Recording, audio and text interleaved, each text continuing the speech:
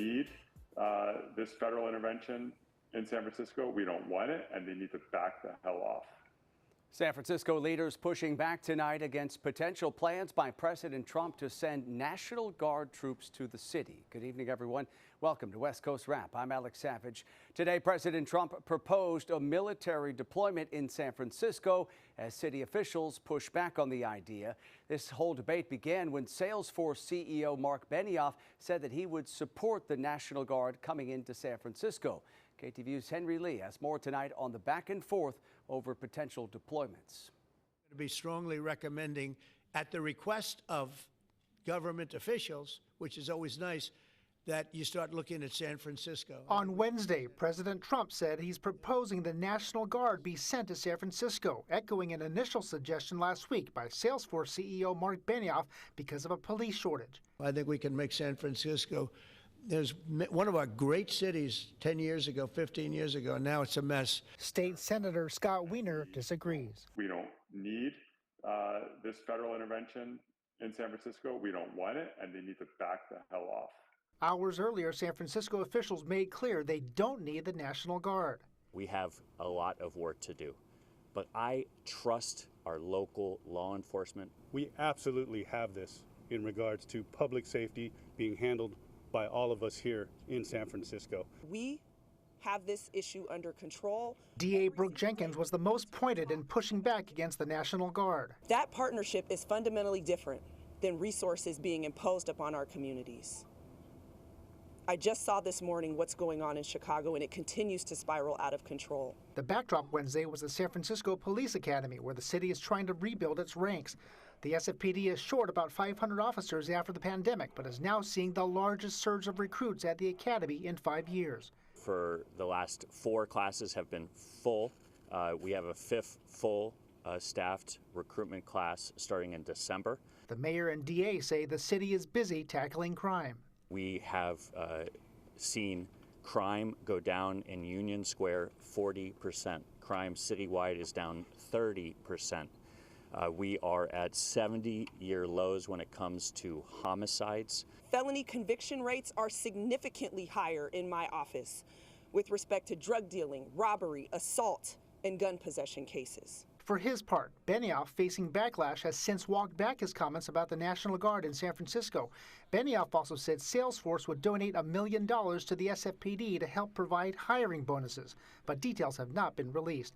Asked about Benioff's about-face, the mayor had this to say. I'm not trying to change those people's minds. People are entitled to their own opinions, but they're not entitled to their own facts. It remains to be seen whether the National Guard will in fact end up in San Francisco. You may recall back in August, President Trump threatened to send the Guard to Oakland, and so far no troops have materialized in the Bay Area. In San Francisco, Henry Lee, KTVU, Fox 2 News. Today, a federal judge in San Francisco blocked President Trump's efforts to fire thousands of workers.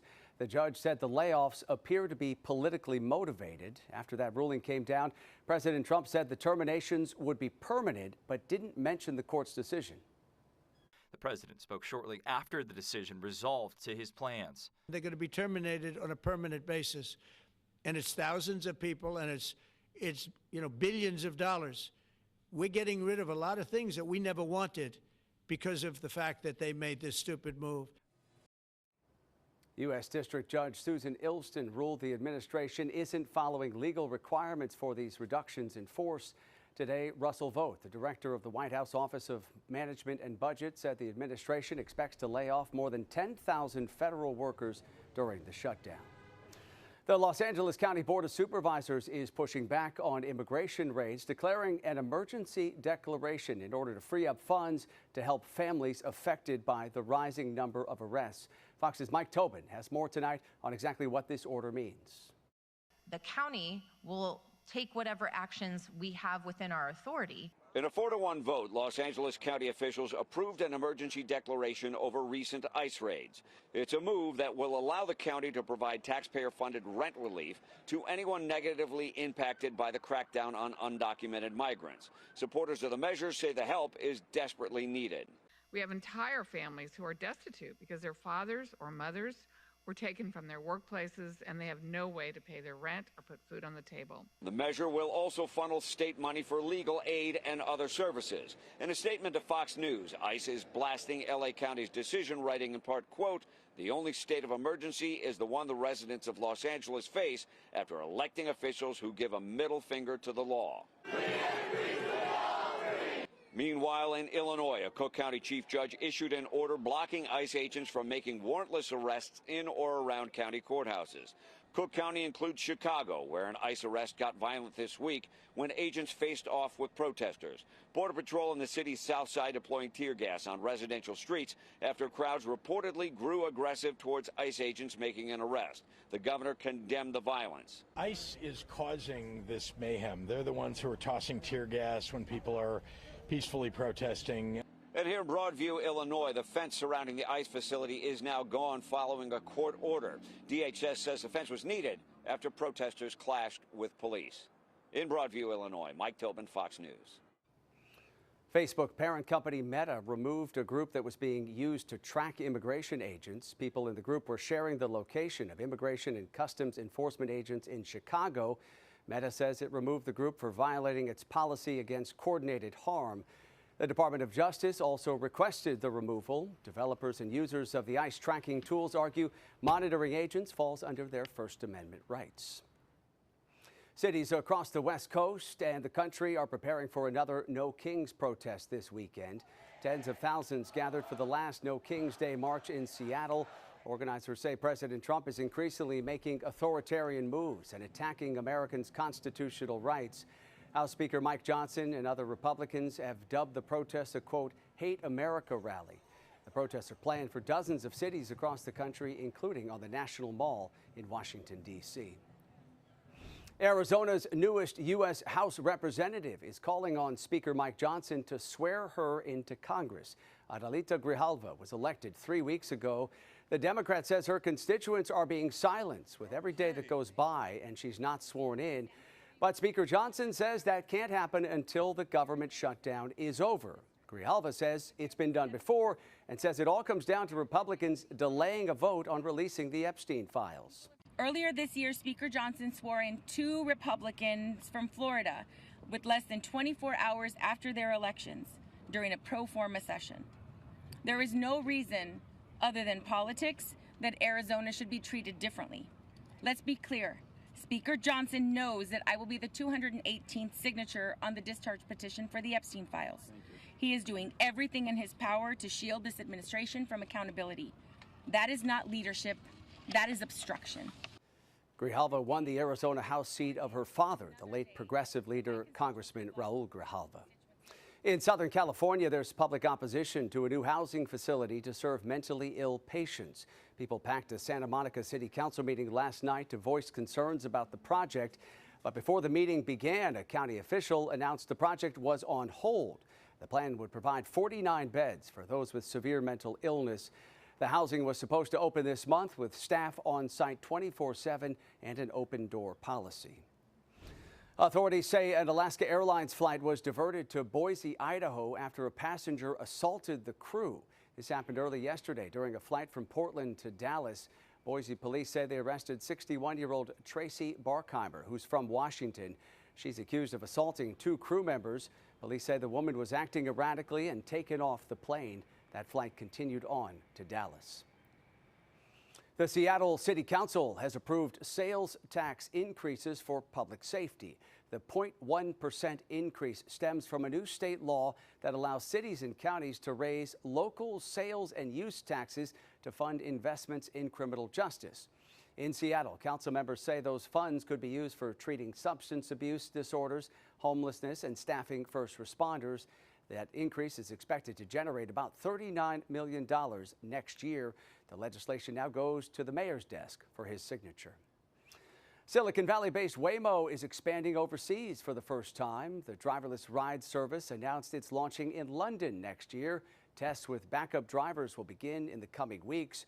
Waymo says it already operates 1,500 vehicles in U.S. cities, including San Francisco, Los Angeles, and Phoenix.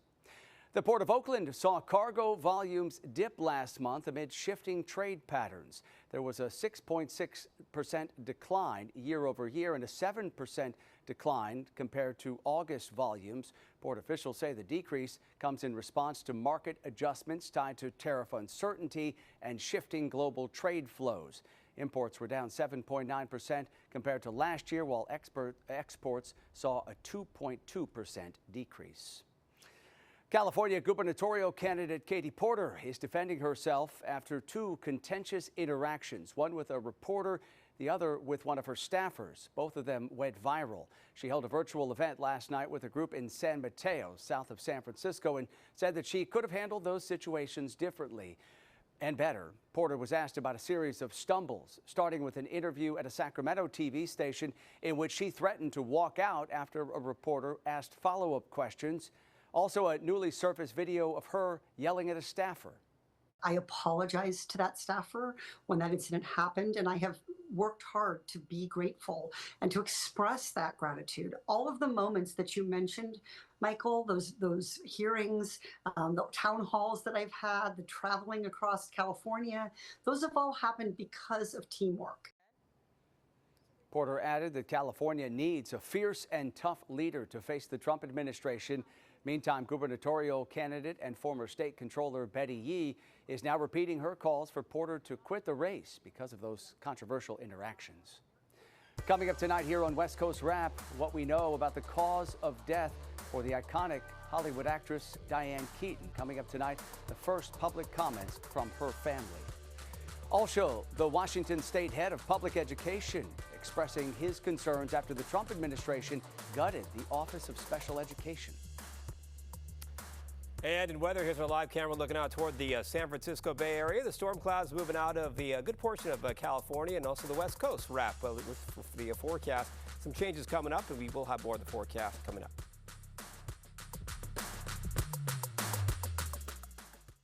The family of Diane Keaton today released the first public statement about her death, revealing that the actress died of pneumonia. The Oscar-winning actress died over the weekend in Los Angeles. In that statement, Keaton's family expressed their gratitude for the outpouring of support they've seen.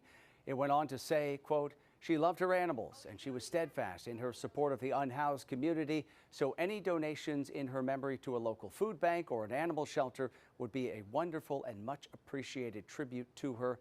Diane Keaton was 79 years old. She is survived by her 2 adult children. In Washington, education officials are concerned about the mass layoffs over this past weekend at the Federal Office of Special Education. Families and educators now are dealing with uncertainty and fear about the fate of children who receive those services. Fox 13's Frankie Thompson has more tonight on their concerns. Come December 9th, 466 people will lose their jobs in the U.S. Department of Education. The agency already took a big hit when the Trump administration reduced nearly half of its workforce back in March. And right now, your state is the one that's going to protect those civil rights because it looks like the federal administration is trying to back away from that. Chris Rakedahl, Washington State Superintendent, says part of the Education Department is the Office of Special Education Programs. It's responsible for safeguarding the civil rights of students with disabilities. But now that the office has been gutted due to layoffs announced by the White House, Rakedahl says he fears for the legal protections for students. The downside is if there's a really significant case that should involve the federal government coming in to try to do corrective action on a school district or a nonprofit provider or something, that doesn't look like that's going to be there. These cuts are also raising questions among Washington families about the special education services their child receives. Rakedahl says the state has the funding and resources needed to provide those programs, at least for now. So there's a lot of anxiety out there, and I just want families to know that right now the money's flowing in this office, my office. We are fully committed to the work of civil rights, especially for students with disabilities. And right now we have the resources to do that. In a post to X, U.S. Education Secretary Linda McMahon says the layoffs are a step towards reducing unnecessary oversight, further stating no education funding, including for special education, will be impacted by federal government's reduction in force. Rakedahl says he hopes that statement remains true. There's no imminent danger right now to the money, but like keep that on the horizon. That could be a risk coming. We're going to continue to ask our legislators to don't lose any ground on your investments in supports for students with disabilities. Frankie Thompson, Fox 13 News. One of the largest airlifts in Alaska history is underway tonight to evacuate hundreds of people from storm-devastated coastal towns. More than 1,500 people are without shelter right now after their homes were damaged by the remains of a typhoon. 2 remote villages in the southwestern part of Alaska were destroyed earlier this week, and some people had to be rescued by boat after their homes drifted out to sea. Incredible scenes here. 1 woman was killed. 2 others are still missing tonight. Hundreds of people are staying in school shelters or in the National Guard Armory. Officials say there is a long road to recovery in this part of Alaska and the need for continued support, especially as the winter approaches. In Arizona, heavy rains turned city roads in Tucson into dangerous rivers, resulting in more than 19 rescue operations over this past weekend. The Tucson Fire Department shared this video of a rescue that happened Sunday night. This was their 4th rescue of the night. A car here got stuck in dangerous currents that were caused by severe storms on what turned out to be the wettest day the state of Arizona has seen in over a year. After water started flooding that vehicle, the driver climbed up onto the roof where he was found by those fire crews and brought to safety. Firefighters were able to bring that driver safely out of the river using ladders. All right. The weather here in the West has really calmed down here as we move into Wednesday. Obviously, we had a stormy start to the week, though, for a lot of folks across the West. This is a live look tonight at beautiful downtown San Francisco, where we do have clear skies tonight. Let's bring in KTVU's chief meteorologist, Mark Tamayo, with a look at how much rain we got and what to expect for the rest of the week. Hey, Mark. Hi there, Alex. Yeah, the weather pattern changing around quite a bit, and especially in California, we've been talking about a decent amount, quite a bit of some rainfall. Pretty impressive for this time of year. A lot of the focus down in Southern California. Look at Santa Monica. Storm totals going past the past 72 hours. Over 2 inches of rainfall. Malibu 1.69. San Jose in the San Francisco Bay Area about 1.5 inches. Ventura 1.29. So some pretty impressive numbers, especially for this time of year. And look at this out toward the Sierra. This was the scene today looking out toward Bear Valley, and they actually picked up 21 inches of snowfall. So the winter storm warnings, the snow advisories have been allowed to expire, but still pretty impressive to be talking about all this snowfall, an early start to the ski season in the mountains. Still waiting for more snow to get those lifts operating. Here you can see on the satellite the upper level wind pattern here also. This is the old system moving out into Nevada for right now, so still some rain showers and some snow showers linked up with this system, but out across a good portion of the West Coast, we have a pretty quiet weather pattern setting up. This was a scene today in Seattle, 61 degrees, showing you some high clouds and probably some more cloud cover in their forecast for tomorrow. In the San Francisco Bay Area, a lot of clouds throughout a good portion of the day. San Francisco maxed out a temperature in the lower 60s. And then out in Phoenix, lots of sunshine there, a chance to recover after the stormy weekend.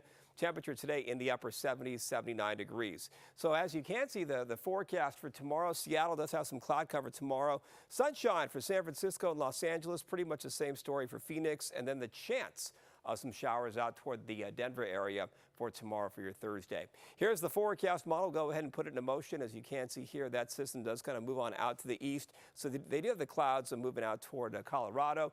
And then this system wants to move into the Pacific Northwest. So increasing clouds for Seattle, and their rain chances could be going up as we head into Friday and into Saturday. So here is the forecast over the next 3 days. Seattle increasing clouds. There we go. Those rain chances increasing by Friday and Saturday. San Francisco, beautiful day. In fact, a nice warming trend setting up for Friday and into Saturday.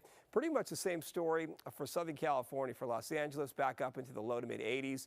Phoenix, lots of sunshine, and Denver will have increasing clouds to talk about, as you can see, at least throughout the day on Thursday. So in terms of the stormy weather, it looks like the focus will be up in the Pacific Northwest over the coming days as we do head into Friday and Saturday. A good part of the West Coast will have a chance to dry up, as you can see in this forecast. Alex. All right, looks nice. Mark, thank you. The Toronto Blue Jays are in Seattle tonight, taking on the Seattle Mariners in Game 3 of the ALCS, and the Mariners looking to move one step closer to the World Series. Some of the tickets for tonight's game were going for more than $4,000, a big demand among the fans in Seattle. The Mariners up 2-0 in this series after winning the first 2 games on the road in Toronto. Well, the 2025 WNBA Finals are in the books, with the Las Vegas Aces winning their 3rd title in 4 years, beating the Phoenix Mercury. And it turns out there was a big audience watching this series on TV. The ratings are out, and the 4 Aces-Mercury's games averaged 1.5 million viewers each. That's just under the record of 1.6 million viewers from last year's finals, which included a Game 5 between the New York Liberty and the Minnesota Lynx that drew in 2.15 million viewers. Coming up tonight here on West Coast Wrap, the San Francisco Zoo has a new resident. Tonight, we'll introduce you to Cecil, the silverback gorilla.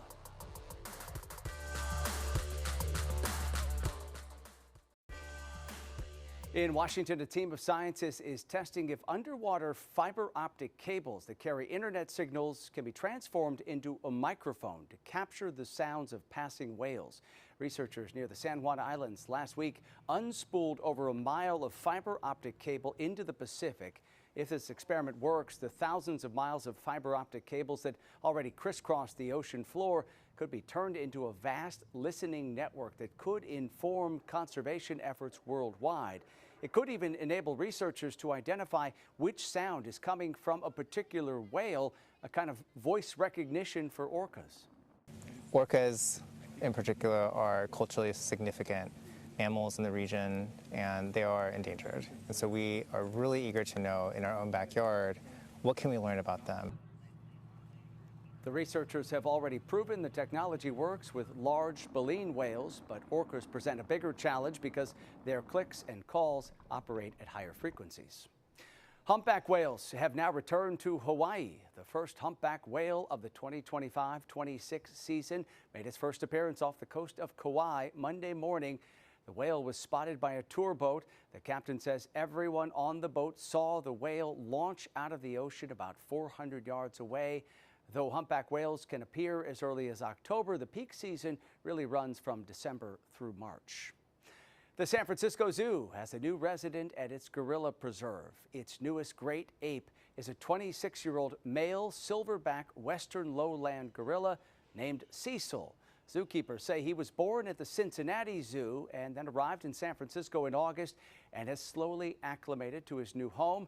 The zoo has 3 female gorillas. Cecil is now the only male. This is his first time leading a family troop and getting used to female gorillas and whatnot. So he's been really excited to meet the ladies letting him know who's boss. But they're all cohabitating now and getting along. And Cecil is set to make his public debut at the San Francisco Zoo this coming Saturday. Finally, tonight, the California Highway Patrol pulled over a driver with an unusual license plate. Authorities say this car at a traffic stop in Merced in the Central Valley had a hand-drawn license plate. The driver told the CHP officer they lost the original plate. The officer said while the driver does get points for creativity, this still is illegal, as you would imagine.